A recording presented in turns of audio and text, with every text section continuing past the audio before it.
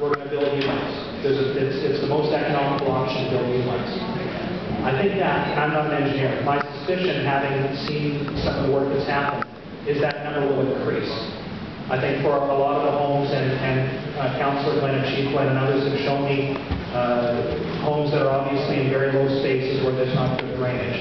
I think we're going to find more and more houses that fall into the category where we say the best thing to do is just build a new one. But as John said, we're in a position now where the consultant has said we think there's a clear case for those 6 homes to build new ones. They're going to have to continue that work and see for the remaining 69. Is that the best way, or is there a better way? Is there a start with 6 houses or still already taken out? I'm sorry, can you repeat? Are those 6 houses already taken out for those people that are receiving them, or? No, there's John, I'm not sure. This is, to be honest with you, it's the engineering side of IMAC that is making the decision on the funding of those. John, can you share anything about the IMAC decision on that one? How did they decide? Oh, how did they decide that?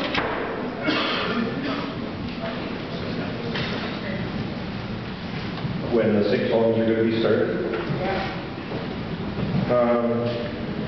While we're negotiating with IMAC right at the present time, and hopefully in not too distant future, we'll get funding to proceed with those 6 homes. Are the names are on those 6 homes?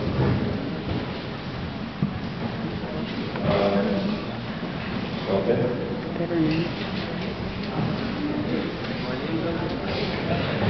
6 names are Ed Prince, Joey Mahoney Sutherland, Ray Smith and Norma Howe, Arnie Flett, Leonard Thompson, and then Beth Cameron or Cecilia Stevenson. What are the houses being built? Pardon me? What are they?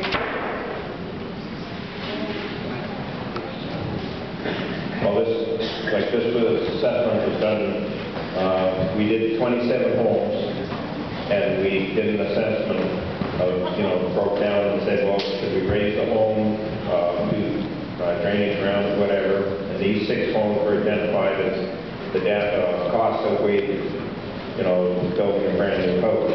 We're proceeding, we want to get going in the next short while, do another 48 homes, and that will bring us up to 75 homes that Brock mentioned here. The federal government has said at the present time they're prepared to, look at doing some sort of long-term remediation on those homes.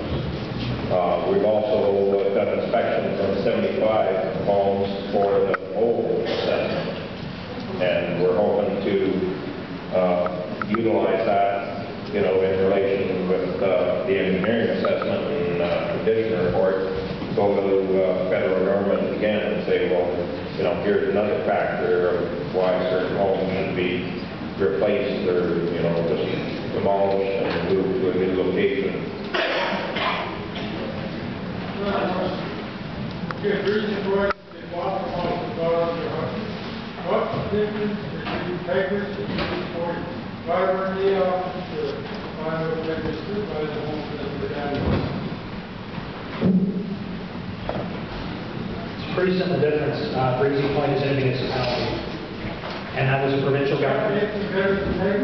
No, the provincial government, because the province has jurisdiction on municipalities.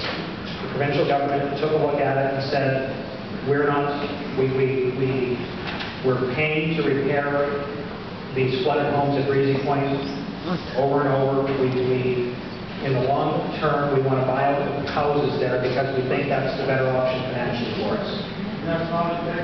That's basically what we're doing with the measures. When we talk about these 75 homes, you can read into that what you want, but what I take from Minister Stroll saying, we want to take a look at those 75 homes, is the minister saying it does not make sense for us to keep repairing houses over and over, knowing that they're going to flood again and again.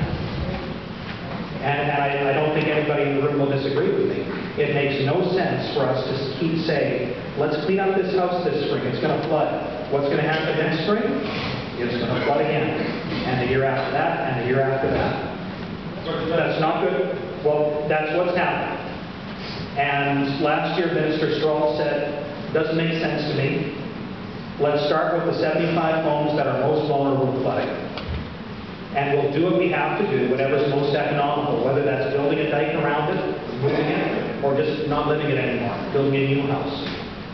And basically what Minister Stroll is saying to the Pecos community is the same thing the provincial government said to the Breezy Point community. It doesn't make sense for us to keep incurring this cost for flooding. It doesn't make sense besides that to continue. There's enough reasons to do it just when you look at the hardship on the people in the community. So, to my view, what we're talking about here for those 75 homes is very much along the lines of what the province decided to do with those homes at Breezy Point. I have a question. Okay, in 2005, I lived and in 2005, I've always flooded every year in my home. I took myself, I went and bought another home, an old home, put a home together. 2009, I got a floodplain in, and I had all my stuff stored in my sheds. Because the fact was that I gave my daughter my home to live in, and she didn't have a home, my husband lived in the home. Because of health reasons, 5 of my children have asthma. My children have breathing problems. So I got a loan, and I've actually to pay rent for a whole year, $3,600 rent, for my daughter to live. So I went to the bank, I got a home, I bought my own home and fixed it. And 2009, my son dropped all my stuff in the garage, and my stuff got damaged, and then I put a floodplain in, and down here at this office, you should hire staff that's more sympathetic. This one woman told me that why did you store stuff in your sheds? Your stuff must have been all garbage. You should put people in those positions that are more sympathetic when people are going through a hard time. You shouldn't have workers like that in your organization. You're just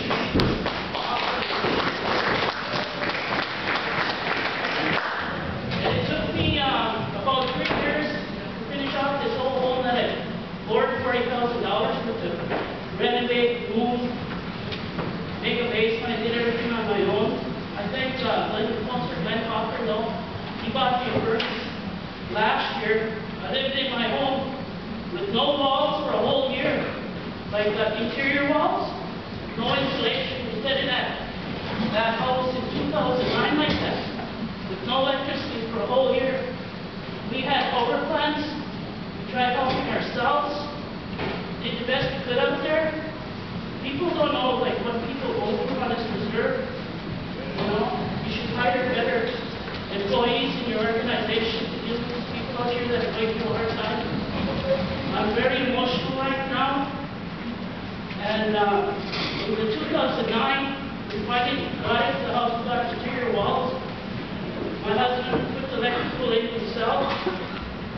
And there was no mud around my house. In 2005, I had stuff in some stuff in the crawl space, and I lost stuff again. And I said, what's going on? I got a $250 check. They gave me a $250 check for a lawnmower, and that lawnmower still works. God let the water out. And I was so upset. I didn't even try to fight or anything. They wouldn't reimburse me anything. My movies or articles, articles. I just left it at that. And that time, I got my own septic pump and my own water pump. Again, the balance is between half of the water pump, because I wrote them a letter. And I also wrote Chief Hudson a letter asking for if I could get reimbursement on rent I paid for 2 homes on a reserve for my daughter to live in. because of, that she has 3 children, and I couldn't get no reimbursement whatsoever. And I guess my point is, we were told that my daughter, like, I think we still own that whole house. And my daughter is still evacuated in Winnipeg.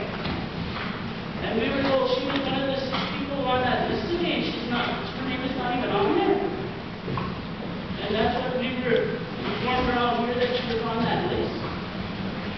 She's still living off the reserve.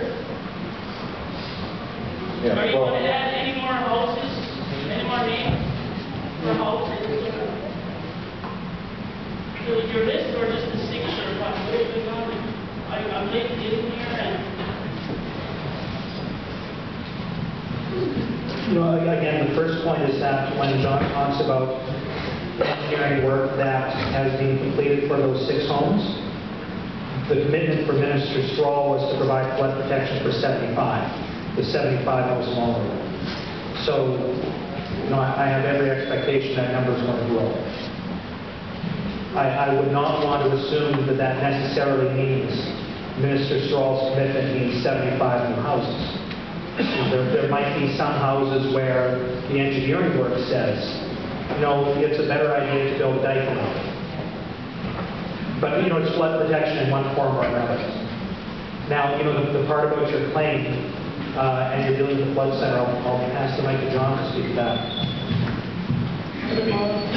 Yeah, like, with regards to your claim, I mean, I encourage everyone, like, if you have, you know, you come see me after the meeting, and, you know, I'll get your name and I'll personally look into it, because, you know, if there's any individual in this room here, if you feel that, you know, there's mold that's very severe and that's causing you health issues to you or your family, or, you know, you feel that, you know, your claim is not receiving, you know, the priority that you think it is, you know, please contact the office, and, you know, I'll make sure the staff gets it to me, and like I said, I'll be available after the meeting if you want to come up, and I'll take your name down of anyone here, and we'll certainly look into your situation, because, like I say, your health and your family's health is the most important thing to us. So, you know, if somehow it's slipped through the cracks that you should be in the top list of priority, then we'll move